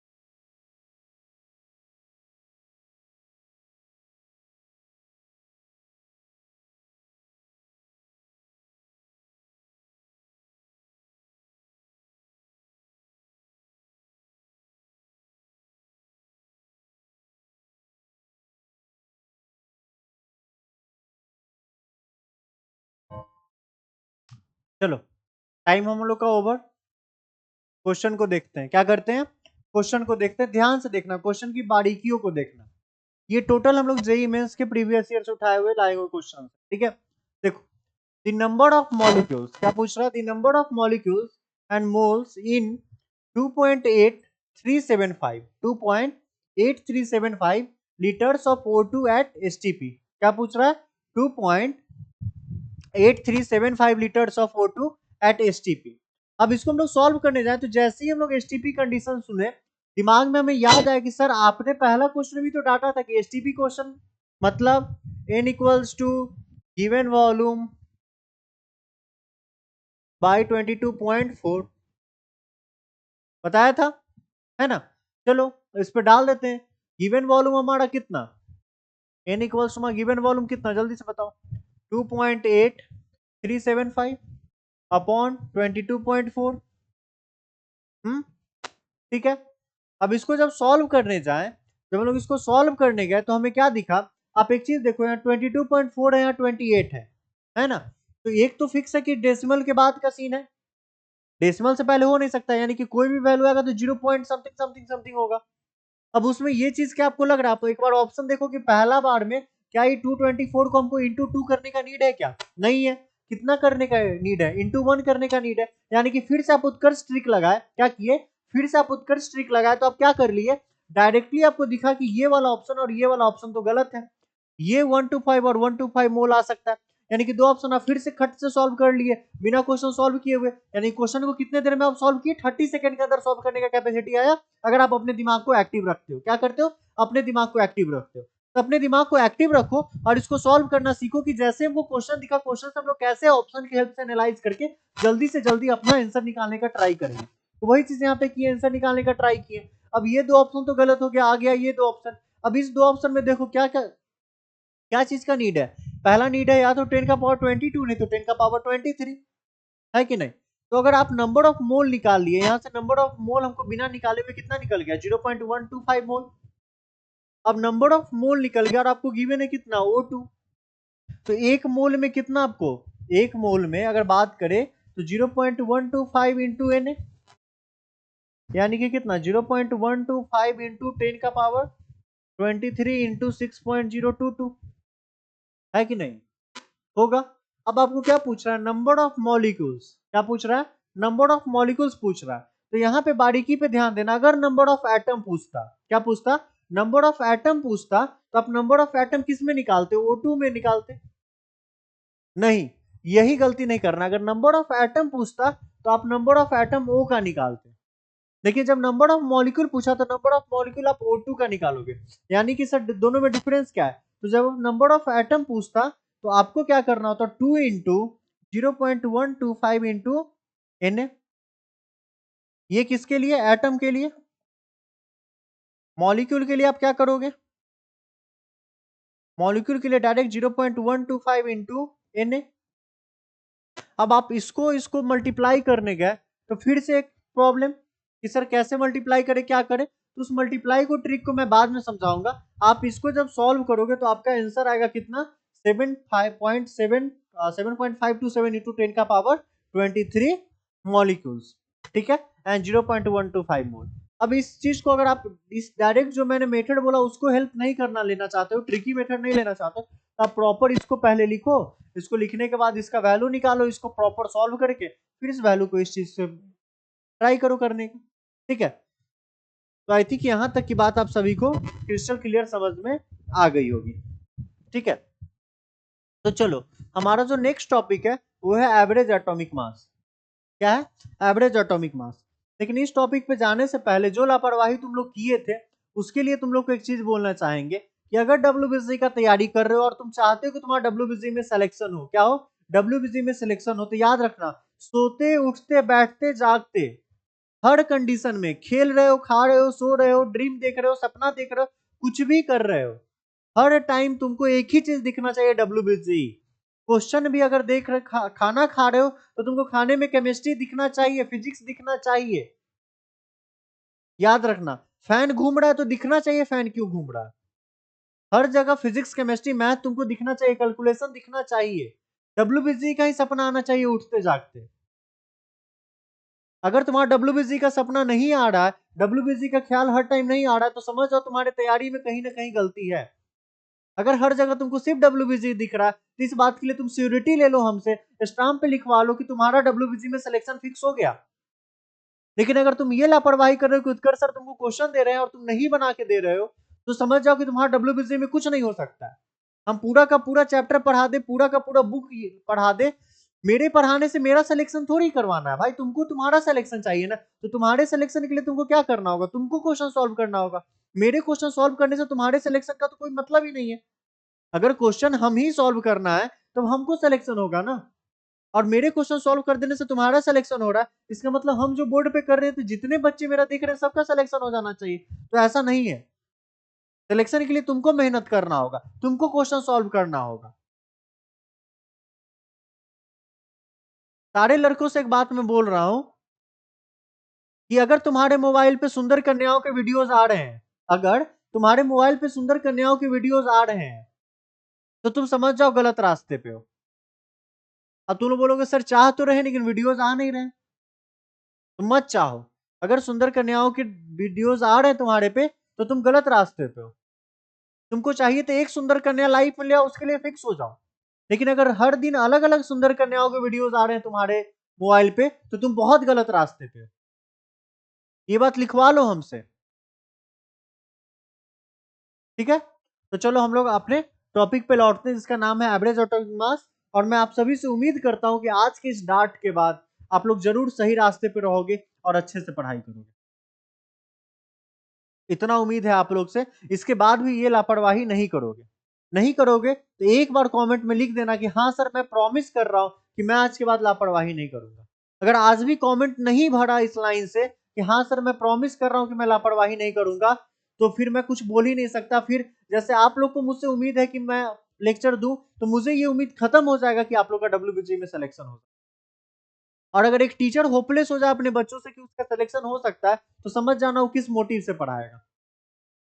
उसके बाद आपका लॉस है, मेरा कुछ नहीं जा रहा। तो आज जितने भी बच्चे हैं उनका कमेंट मुझे चाहिए कि हाँ सर मैं प्रॉमिस करता हूं कि मैं आज से मन लगा के पढ़ूंगा, आप जितने क्वेश्चन दोगे उतने मैं सॉल्व करके दूंगा। तो चलो अब हमारा टॉपिक आता है एवरेज एटॉमिक मास। सर ये एवरेज एटॉमिक मास क्या है, आप एटॉमिक मास बताएं, रिलेटिव एटॉमिक मास बताएं। अब एक नया टर्म लेके आ गया एवरेज एटॉमिक मास। तो देखो एवरेज एटॉमिक मास क्या होता है कि जैसे तुम्हारा 3 आइसोटोप्स है, ये आइसोटोप्स जानते हो क्या होता है, जानते हो आइसोटोप्स क्या होता है, आइसोटोप्स क्या होते हैं। ठीक है, तो अगर आइसोटोप्स की बात करें तो हम लोग बचपन से पढ़ते आ रहे हैं कि जब हम लोग का नंबर ऑफ क्या सेम हो, एटॉमिक नंबर सेम हो, क्या सेम हो, एटॉमिक नंबर सेम हो, और मास नंबर हमारा क्या हो, डिफरेंट हो। मास नंबर क्या हो, डिफरेंट हो, और एटॉमिक नंबर सेम हो, तो हम लोग क्या बोलते हैं कि वो आइसोटोप्स है। अगर एक एलिमेंट है जिसका मास नंबर डिफरेंट है और एटॉमिक नंबर सेम है तो वो आइसोटोप्स होते हैं। ठीक है, ये चीज क्लियर है सबको। तो अगर एटॉमिक नंबर सेम है, इससे हमें क्या समझ में आ रहा है कि नंबर ऑफ प्रोटॉन्स क्या होंगे, सेम होंगे, नंबर ऑफ इलेक्ट्रॉन्स क्या होंगे, सेम होंगे, बट नंबर ऑफ न्यूट्रॉन्स क्या होंगे, डिफरेंट होंगे, बट नंबर ऑफ न्यूट्रॉन्स क्या होंगे, डिफरेंट होंगे। ये चीज क्लियर है सबको। अब उसके आगे देखो कि सबसे पहला जो हमारा आइसोटोप्स है हमारा पीरियोडिक टेबल का, वो हमें पढ़ना है हाइड्रोजन। क्या पढ़ना है, हाइड्रोजन। ठीक है, हाइड्रोजन के 3 आइसोटोप्स होते हैं, कितने होते हैं, 3 होते हैं। पहला क्या होता है जिसका एटॉमिक नंबर 1, दूसरा क्या जिसका एटॉमिक नंबर 1, और तीसरा क्या जिसका एटॉमिक नंबर 1। बट डिफरेंट कहाँ, मास नंबर। इसका मास नंबर कितना, 3, इसका मास नंबर 2, और इसका मास नंबर कितना, 1। तीनों का मास नंबर कितना कितना, 1, 2 और 3। इसको हम लोग प्रोटियम बोलते हैं, इसको ड्यूटेरियम और इसको ट्रेटियम बोलते हैं। ठीक है, यहाँ तक की बात सबको क्लियर। अब सर आप ये चीज क्यों समझा रहे हो, तो देखो ये जो आप कहीं कहीं पढ़े थे ना कि आपका जो मास नंबर है वो क्या आ रहा है, पॉइंट में आ जा रहा है, जैसे क्लोरीन का 35.5 आ रहा है। तो ऐसा क्यों हो रहा है, तो इस चीज का सॉल्यूशन आपको यहाँ एवरेज एटॉमिक मास से आ रहा है। किस चीज से आ रहा है, एवरेज एटॉमिक मास से आ रहा है। सर कैसे आ रहा है, तो उससे पहले एक चीज समझो कि मान लो ये हमारा सराउंडिंग है। ठीक है, इस सराउंडिंग में ये जो आइसोटोप्स हैं ये अपना कुछ कुछ परसेंटेज रख रहे होंगे। क्या रख रहे होंगे, कुछ कुछ परसेंटेज रख रहे होंगे। जैसे कि मान लो 10% प्रोटियम होगा, 10% ड्यूटेरियम होगा और 10% ट्राइटियम होगा, है ना। उसी तरह से जो हाइड्रोजन होता है उसका, हाइड्रोजन का जो हमारा क्या होता है, H11 जो होता है वो अराउंड 99%, कितना है, अराउंड 99%। और H21 जो है वो हमारा 1% से भी लेस है, ठीक है। और जो H13 है वो बचा हुआ जो कुछ परसेंट है, 0.% वो ये होता है जो हमारे सराउंडिंग में एग्जिस्ट करता है, ठीक है। उसी तरह क्लोरीन की अगर बात करें तो मान लो ये जो हमारा क्लोरीन है इसका हमारा कितने आइसोटोप्स, दो, कितना 3517 और दूसरा कितना 1737, कितना कितना क्लोरीन के दो आइसोटोप्स, क्लोरीन के दो आइसोटोप्स, पहले का एटॉमिक नंबर कितना 17, दूसरे का एटॉमिक नंबर कितना 17, क्योंकि आइसोटोप्स का एटॉमिक नंबर सेम, डिफरेंट क्या होता है, मास नंबर होता है। इसका मास नंबर कितना 35, इसका मास नंबर कितना 37, ठीक है। अब जो लोग यहाँ पे बोलते थे ना कि एटॉमिक मास और मास नंबर सेम है, उनसे जाके पूछना सर यहाँ पे कैसे सेम हो गया, क्योंकि इसका जब हमारा एटॉमिक एवरेज मास आया वो कितना आ गया 35.5 आया। अब ये कैसे है ये मैं अभी आगे बता रहा हूँ आपको, ठीक है। अब एक चीज देखो यहाँ पे, ये जो 30.55 आया, एक चीज याद रखना, जो हमारा क्लोरीन है वो हमारे सराउंडिंग में 75%, कितना 35-17 वाला रेशियो कितना है 75% है, और 37-17 वाला रेशियो कितना है 25%, कितना है 25% है। क्वेश्चन में अगर तुमको एवरेज एटॉमिक मास से पूछ रहा है तो 99% चांस रखो कि या तो क्वेश्चन तुम्हारा हाइड्रोजन पे होगा, नहीं तो क्वेश्चन क्लोरीन पे होगा, या तो क्वेश्चन हाइड्रोजन पे होगा नहीं तो क्वेश्चन तुम्हारा क्लोरीन पे होगा, 99% चांस है, ठीक है। तो अगर इस दोनों को समझ जाए तो हम लोग का आधा काम क्या हो जाएगा, बन जाएगा, आधा काम हमारा बन जाएगा, ठीक है। अब देखो ये क्लोरीन है ना, इसमें 100 एटम्स, कितने एटम्स 100 एटम्स, इसका अगर बात करें 75 एटम्स इसमें कौन से हैं 35-17 वाला, तो जो बचे हुए एटम है 100 माइनस 75 यानी कि कितने 25 एटम्स हमारे किसके हो गए 37-17 के, किसके हो गए 37-17 के हो गए। सर इससे आप क्या समझाना चाह रहे हो, उसको समझने से पहले आप एक ये चीज समझो कि एट लास्ट हमको निकालना क्या है, एट लास्ट हमें निकालना क्या है, एट लास्ट हमें निकालना है एवरेज एटॉमिक मास, क्या निकालना है एवरेज एटॉमिक मास, है ना। अब एवरेज एटॉमिक मास अगर आपको निकालना है तो उसके लिए अगर आप देखो तो आपको जो सबसे बेस्ट फॉर्मूला है वो आप एवरेज का क्या पढ़ते हो आज तक, बताओ एवरेज का आप क्या पढ़ते हुए आओ आज तक। मान लो अगर आपको एवरेज स्पीड निकालना तब क्या करते हो, total distance upon total time, क्या करते हो total distance upon total time करते हो। तो यहाँ पे अगर आपको एवरेज निकालना तो आप क्या करोगे, एवरेज एटॉमिक मास, तो आप टोटल मास लोगे और उसको क्या चीज से करोगे, टोटल नंबर ऑफ एटम्स है, टोटल नंबर ऑफ एटम्स है, और ये हमारा कितना हो जाएगा एवरेज एटॉमिक मास हो जाएगा। सर मतलब क्या है, तो मतलब देखो अगर हम लोग क्लोरीन का एवरेज एटॉमिक मास निकालने जाएं तो उसका टोटल मास कितना है, एक आइसोटोप्स का 35, दूसरे आइसोटोप्स का 37, डिवाइडेड बाई कितना 100, टोटल नंबर ऑफ एटम्स कितना, बताओ जल्दी से, क्लोरीन का टोटल नंबर ऑफ एटम्स आप कितना लोगे 100, लोगे 100, जल्दी बोलो, जल्दी बोलो, नहीं लोगे, क्या करोगे, नहीं लोगे, क्योंकि टोटल नंबर ऑफ एटम्स यहाँ पे कितने होंगे पता है 2, एक ये वाला क्लोरीन और एक ये वाला क्लोरीन, दो ही क्लोरीन ले रहे हो ना, एक का मास कितना 35, एक का मास कितना 37, 100 में इसलिए लिखा क्योंकि पीछे मैं 100 पढ़ा के आया था तो मुझे पता था आप लोग रट्टू टूटा की तरह 100 बोलोगे, लेकिन आप तो यहाँ दो ही एटम ले रहे हो, एक क्लोरीन जिसका मास कितना 35, दूसरा फिर से क्लोरीन जिसका मास कितना 37, यानी कि 2। अब देख लो इसको सॉल्व जैसे आप करोगे तो आपका कितना आ जाएगा 35.5 आपका आंसर आ जाएगा, है ना। तो ये पार्ट अब सर क्या है, तो ये पार्ट वो है जो हमने पीछे आपको समझाया कि हमारा हाइड्रोजन का दो होता है H11 और H21 और एक कितना होता है H31, तो H31 एकदम नेग्लिजिबल है, क्या है नेग्लिजिबल है, तो हम लोग क्या लिए 99% और 1%, और इसका कितना लेते हैं 75% और 25%, लेकिन ये आप सॉल्व करके निकालते हो, क्या करते हो सॉल्व करके निकालते हो, मैं डायरेक्टली आपको बता रहा हूँ। ठीक है।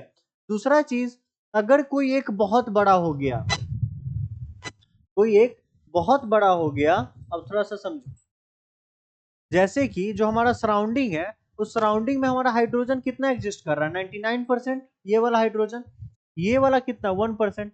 यानी कि मान लो कि मेरे कंपेयर में पूछा जाए इस पेन का वेट कितना, इस पेन का वेट मेरे कंपेयर में कितना, नेग्लिजिबल, यानी कि मतलब कुछ नहीं।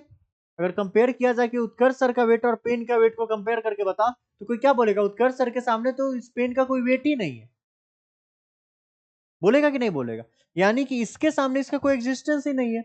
यानी कि अब जब हम लोग हाइड्रोजन का यहाँ पे क्या लेंगे, एवरेज एटॉमिक मास लेंगे, तो इसको हम लोग कंसीडर नहीं करेंगे और सिर्फ इसके अकॉर्डिंग हम लोग 1 ले लेते हैं, इसका क्या, एवरेज एटॉमिक मास हमारा हाइड्रोजन का। यानी कि जहां पे नॉन कंपेरेबल हो गया, जहां पे हम लोग कंपेयर नहीं कर सकते, तो जो छोटा वाला है उसको हम लोग नेग्लेक्ट कर देते हैं, नेग्लिजिबल ले लेते हैं। बट यहाँ पे 25% है, यानी कि कहीं ना कहीं हम कंपेयर कर सकते हैं, क्या कर सकते हैं, कहीं ना कहीं कंपेयर हम कर सकते हैं।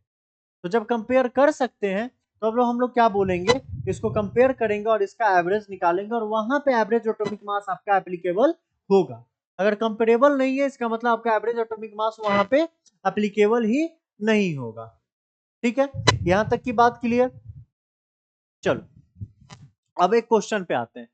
क्या चीज पे आते हैं, एक क्वेश्चन पे आते हैं। मान लो क्वेश्चन गिवन है कि in nature B exist, B for boron, B10 and B11, क्या क्या गिवन है, B10 and B11 with the percentage evidence 40% and 60%, कितना कितना, 40% and 60%। The atomic mass of B will be, B का यहाँ पे एटॉमिक मास क्या हो जाएगा, बताओ क्या होगा। अब हम लोग क्या करेंगे, हमें निकालना क्या है, एवरेज एटॉमिक मास। लिखो, एवरेज एटॉमिक मास किसके equal, total mass upon total number of atom. मैं लिख रहा हूं क्योंकि आपको याद हो, total mass upon total number of atoms, ये किसके इक्वल होगा। अब टोटल मास की बात करें तो कितना परसेंट एग्जिस्ट कर रहा है, 40%, कितना परसेंट, 40%, और मास कितना, 10। यहाँ पे अब एक बोरोन की बात नहीं हो रही है, 40% जो बोरोन है उसकी बात हो रही है, किसकी बात हो रही है, 40% की बात हो रही है। यानी कि टोटल अब हमारा कितना हो गया, 100 हो गया, तो 100 में से 40% अवेलेबल है। तो एक जो था बोरोन उसका मास कितना, 10, तो 40% का मास कितना, 10 इंटू 40%।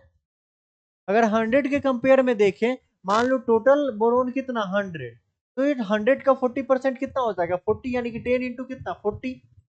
इसीलिए हम लोग क्या किए, 10 इंटू 40 की।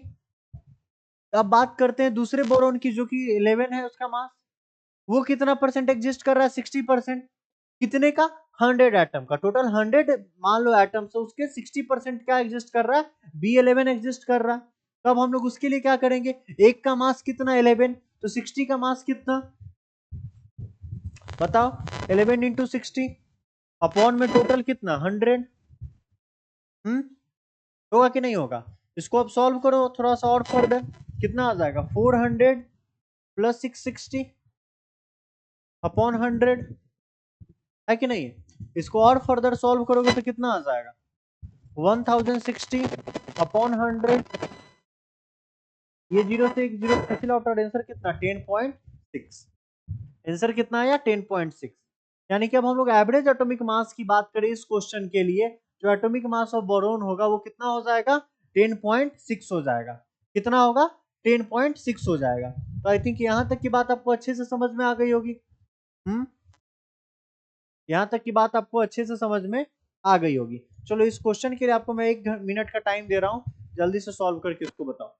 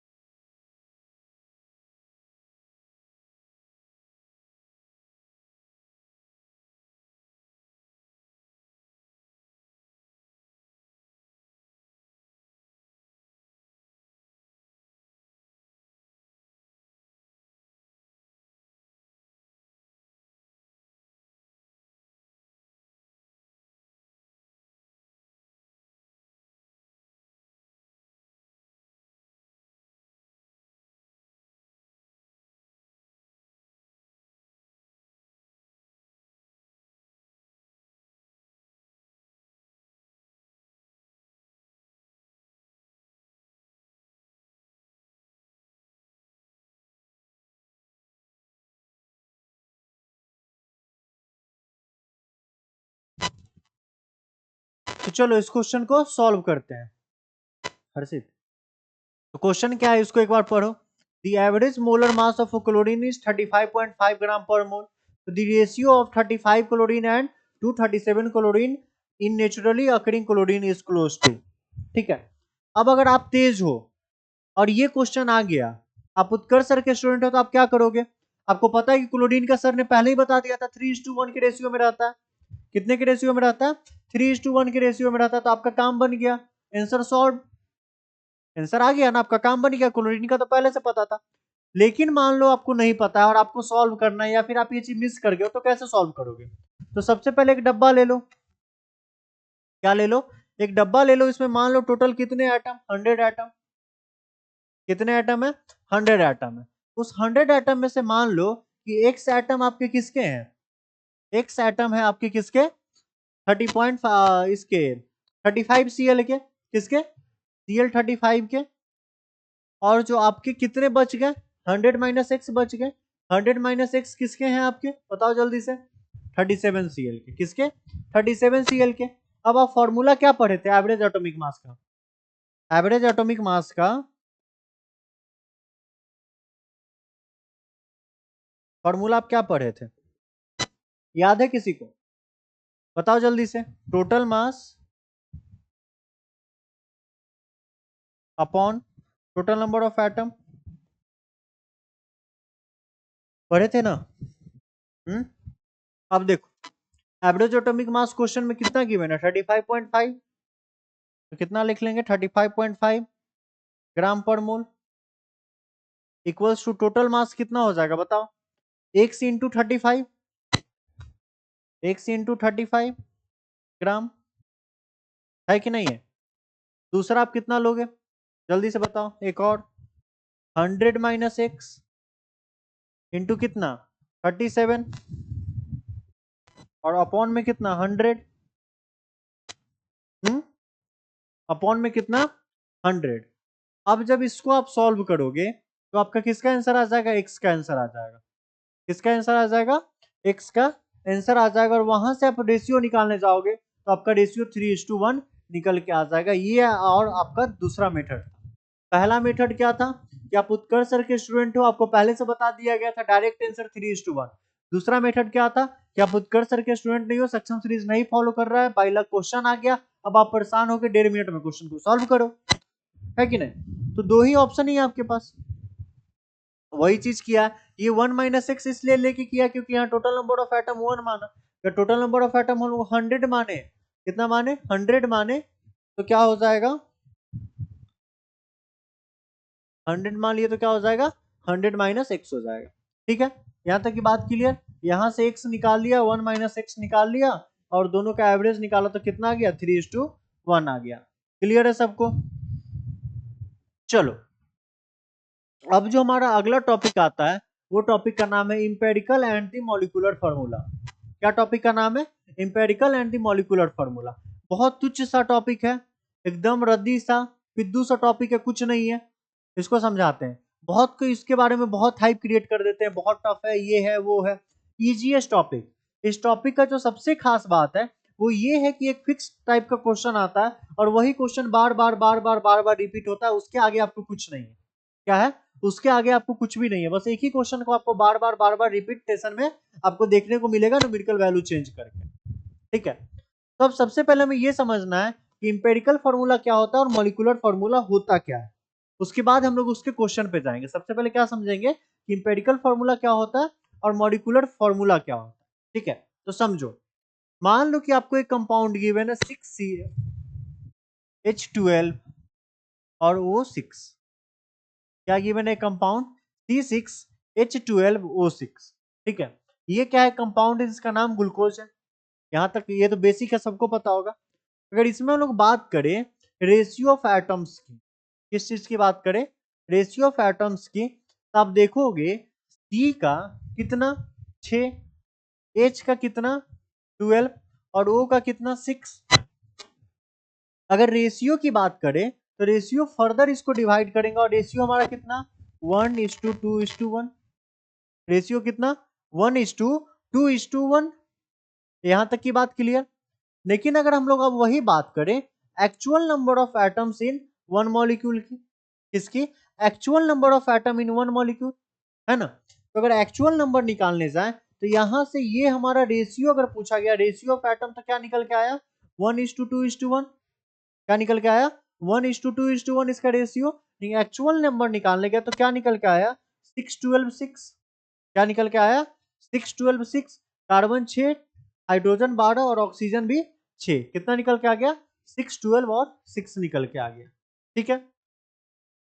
लेकिन मान लो अगर अब आपको एक क्वेश्चन गिवन है जिसमें आपको बस ये गिवन है, क्या गिवन है कि इंपेरिकल फॉर्मूला उसका कितना है। मान लो आपको कंपाउंड नहीं गिवन है, बस आपको गिवन है कि इसका इंपेरिकल फॉर्मूला, या फिर बोले जो हमारा रेशियो ऑफ एटम्स है, क्या गिवन है, यहां से समझो ratio of atoms,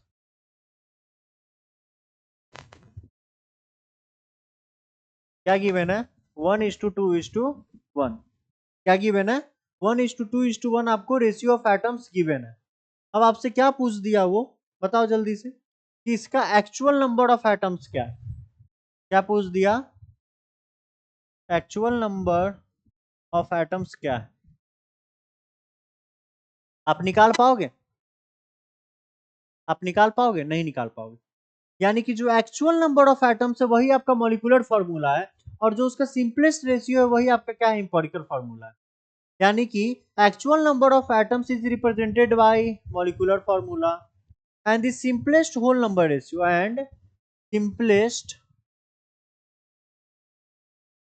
whole number ratio of empirical sorry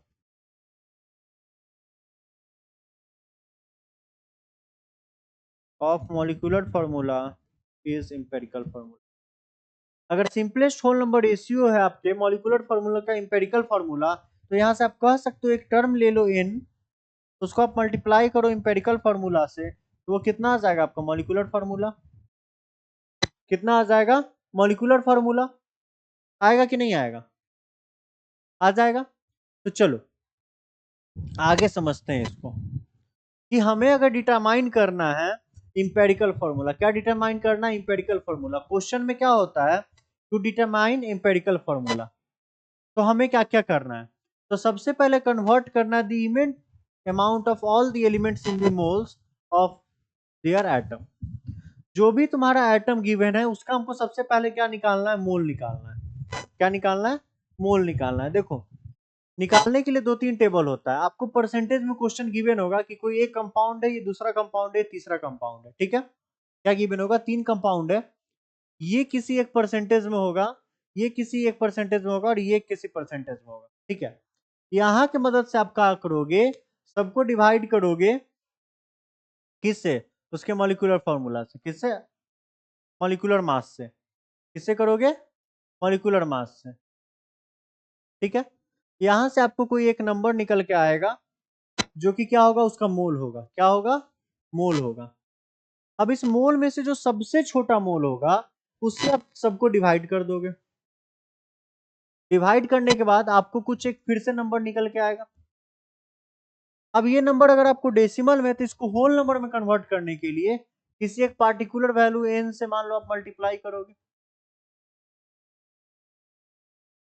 और इसके बाद जो आपका रेशियो निकल के आएगा वही रेशियो आपका आंसर होगा, और वही रेशियो आपका क्या होगा, इंपेरिकल फॉर्मूला होगा, क्या होगा, वही रेशियो आपका इंपेरिकल फॉर्मूला होगा। यहाँ तक की बात अगर आपको समझ में आई होगी तो आप देखोगे convert given amount of all the elements into moles. सबसे पहला स्टेप कि जो भी गिवन है उसको आप मोल में कन्वर्ट करो, find the simplest ratio of this moles, उस मोल्स का सबसे सिंपलेस्ट रेशियो निकालो और डिटरमाइन द इंपेरिकल फॉर्मूला। उसके बाद क्या करो, आप लोग इंपेरिकल फॉर्मूला निकाल लो, ठीक है।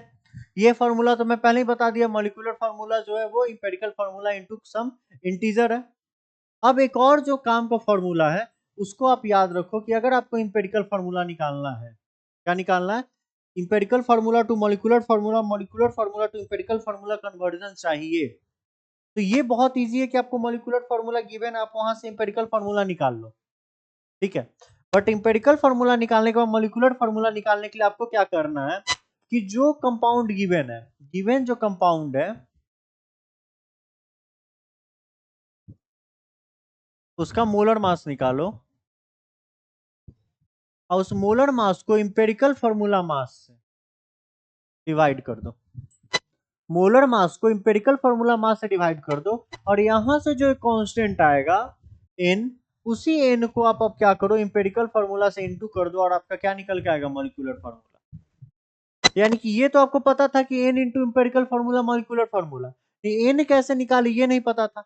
उस n को निकालने के लिए आपका ये फॉर्मूला है, वो फॉर्मूला क्या है, molecular mass of a compound bye empirical formula mass. Molecular mass of a compound bye empirical formula mass. अगर अब यहां तक की बात अगर आपको क्रिस्टल क्लियर समझ में आई है, अगर यहां तक की बात अगर आपको अच्छे से समझ में आई है, तो इस क्वेश्चन को आप जल्दी से सॉल्व करके दिखलाओ। मैं आपको चलो 2 मिनट का टाइम दे रहा हूं,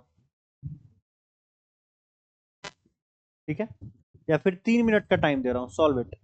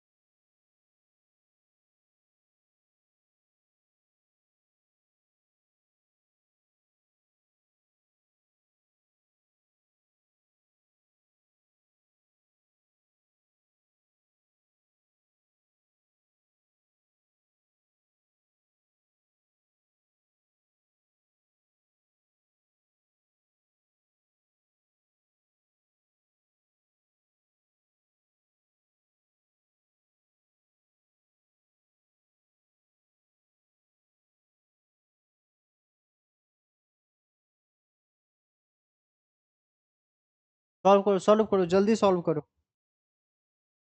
ये हम नहीं करवाते, ये टाइम पास हम नहीं करवाते, लेकिन तुम लोग का जो लास्ट लेक्चर में हरकत था ना, क्या था हरकत, कि हम क्वेश्चन दिए, तुम लोग उसको सॉल्व करके नहीं दिए।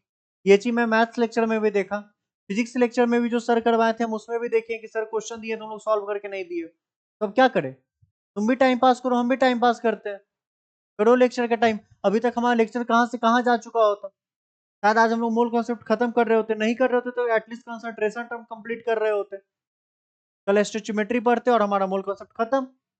लेकिन नहीं, तुम लोग को नहीं मंजूर था, तो चलो साथ ही साथ करते हैं। और याद रखना, आज मैं फिर से बोल रहा हूं, अगर मुझे सारा मोल कॉन्सेप्ट का सॉल्यूशन टेलीग्राम पे नहीं मिला, तो नेक्स्ट लेक्चर में समझना तुम लोग क्या होगा।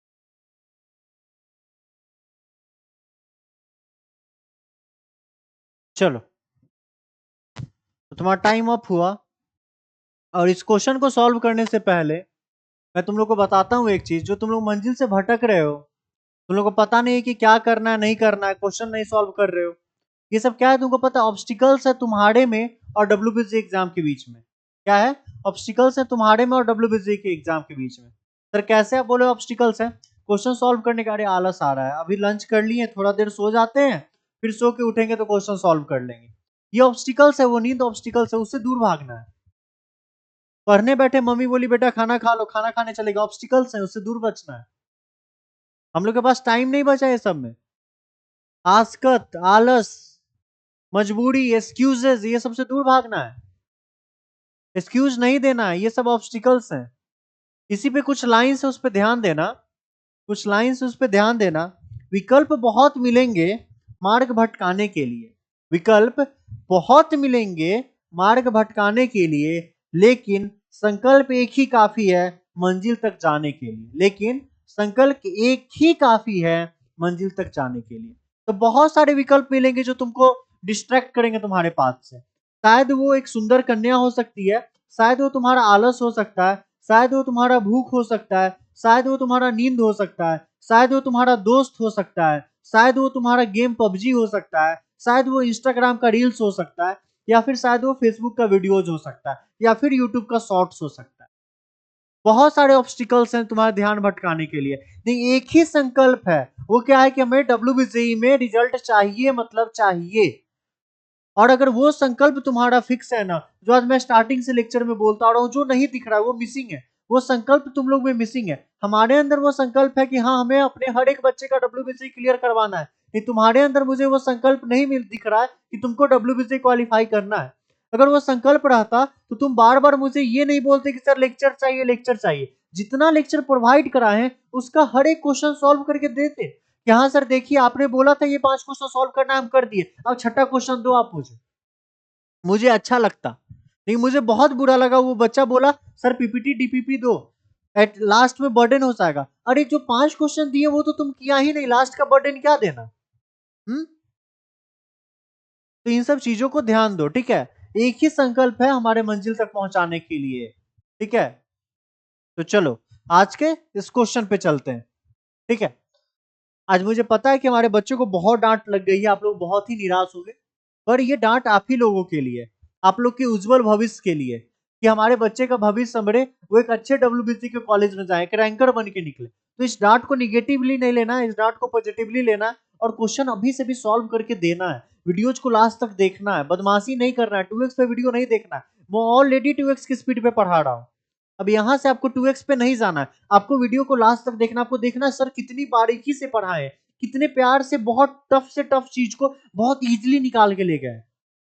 केमिस्ट्री को कुछ रहने ही नहीं दिया, गेम बना के निकाल दिया। अरे इतना प्यारा लग रहा है केमिस्ट्री, मुझे पढ़ाने में इतना मजा आ रहा है, मुझे उम्मीद है आपको पढ़ने में भी बहुत मजा आ रहा होगा। लेकिन आप एक बार कंसंट्रेशन से पढ़ो तो, मेरी इस मेहनत का थोड़ा सा लाज रख लो।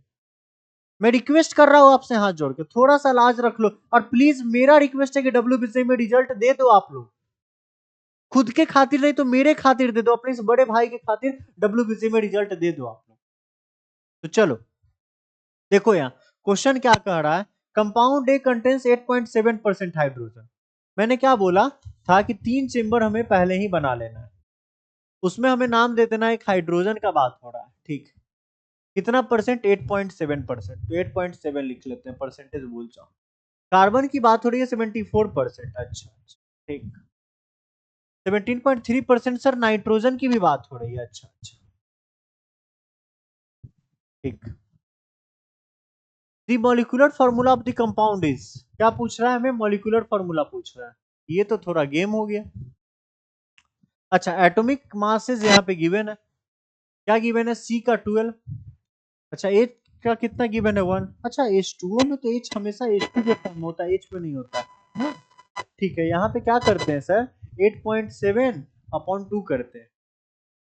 ये बेवकूफी ना करना है, जब ऐसा ख्याल दिमाग में आया तो क्या बोलना है, ना ना ना ना ना, ये चीज हमें नहीं करना है। हमें क्या करना है, हमें एक एटम का मास लेना है, इनकी 8.7/1, 74/12 और 17.3/14, ठीक है।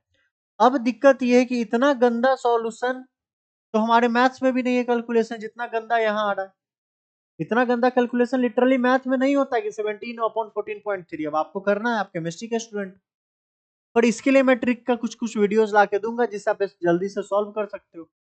तो इंपेरिकल फार्मूला क्वेश्चन के प्रोज भी है और कॉन्स भी है, क्या है, प्रोज भी है कॉन्स भी, आप इस चीज को सुन लो।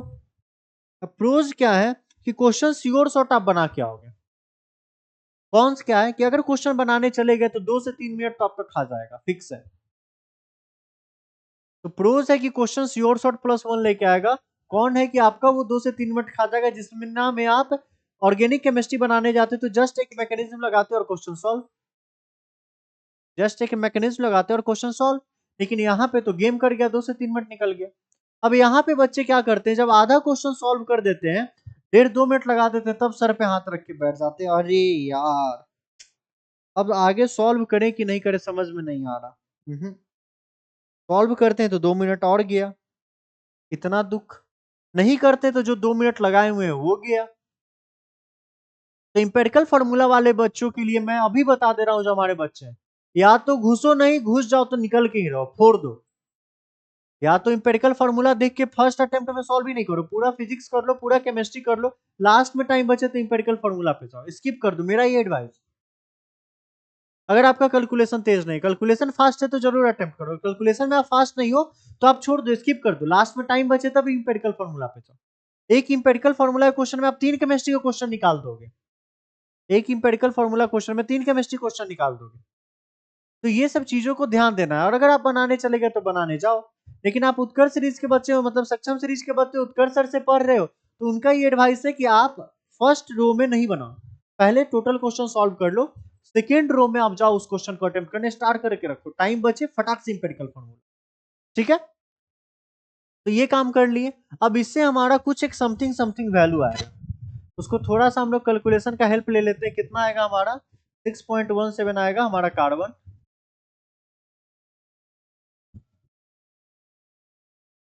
ये कितना आएगा 1.24, ये 8.7। ऐसे जब मैं इसको सॉल्व कर रहा था तो मुझे 1.23 आ रहा था, ये पता नहीं 24 कैसे आ रहा है। हाँ शायद 23 के बाद का जो टर्म होगा उसको राउंड ऑफ करके ये लोग 24 लिए हैं। ठीक है, तो ये तक तो बात समझ में आया। अब ये हो गया, अब हमें क्या करना है, सबसे सिंपलेस्ट टर्म से इसको डिवाइड करना है, यानी कि डिवाइडेड बाई 1.24, डिवाइडेड बाई 1.24 और डिवाइडेड बाई 1.24। अब जब आप डिवाइडेड बाई 1.24 किए तो ये तो कैंसिल आउट होके 1 आ गया ना। अब इसके तरफ जाते हैं और इसके तरफ जाते हैं, तो हम लोग फिर से इसका हेल्प लेते हैं, ऐसे हम लोग कैलकुलेट कर सकते हैं। तो ये अराउंड 5 आएगा और ये अराउंड 7 आएगा। कितना आएगा, हाइड्रोजन अराउंड 7 आएगा और ये अराउंड 5 आएगा। तो जब आप यहाँ पे आए तो आपको पता चला कि इसका इंपेरिकल फॉर्मूला कितना हो गया, बताओ। C कितना, C7, H कितना 5 और N कितना, N। ये हमारा क्या हो गया, इंपेरिकल फॉर्मूला। अब हमने आपको आगे क्या बताया था कि इंपेरिकल फॉर्मूला अगर निकल गया और यहां से आपको अगर मॉलिक्यूलर फॉर्मूला निकालना है तो आप क्या करो, जो गिवन मास है आपका, the molar mass of a compound जो गिवन है, तो उसको आप क्या करो, मोलर मास को आप डिवाइड कर दो किसके, इंपेरिकल फॉर्मूला मास के।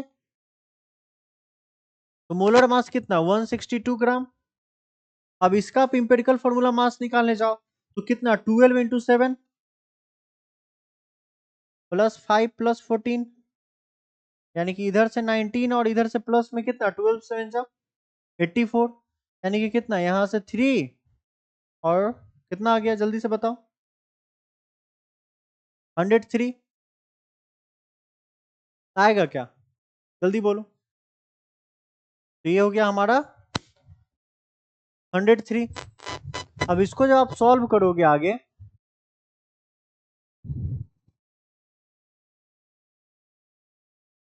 अब जब इसको आगे सॉल्व करोगे, सॉल्व करने के बाद फर्दर जो वैल्यू आएगा उस वैल्यू को आप इसमें डालोगे और आपका मॉलिक्यूलर फॉर्मूला निकल के आएगा। क्या निकल के आएगा, मॉलिक्यूलर फॉर्मूला निकल के आएगा। ठीक है, यहां तक की बात समझ में आई क्लियरली, यहां तक की बात आई थिंक आप सभी को क्लियरली समझ में आ गई होगी। तो चलो अब आते हैं हम लोग, एक और जो हमारा क्वेश्चन है वो क्या कर रहा है। An organic compound has 42.1% carbon and 6.4% hydrogen and reminder is oxygen. यानी कि आपका क्या है कि एक ऑर्गेनिक कंपाउंड है जिसमें कार्बन कितना है आपका 42.1, हाइड्रोजन कितना है आपका 6.4 और बचा हुआ जो है आपका क्या है वो ऑक्सीजन है। आपसे क्या पूछ रहा है, एट लास्ट मॉलिक्यूलर फॉर्मूला पूछ रहा है। क्या पूछ रहा है, मॉलिक्यूलर फॉर्मूला पूछ रहा है। अब इसको आप कैसे सॉल्व करोगे, इसको सॉल्व करने का ट्रिक मैं आपको नेक्स्ट लेक्चर में बताऊंगा। उससे पहले मैं फिर से होमवर्क दे रहा हूं कि जितने क्वेश्चन है आप सब सॉल्व करोगे और इस क्वेश्चन को भी सॉल्व करके कमेंट में इसका आंसर बताओगे।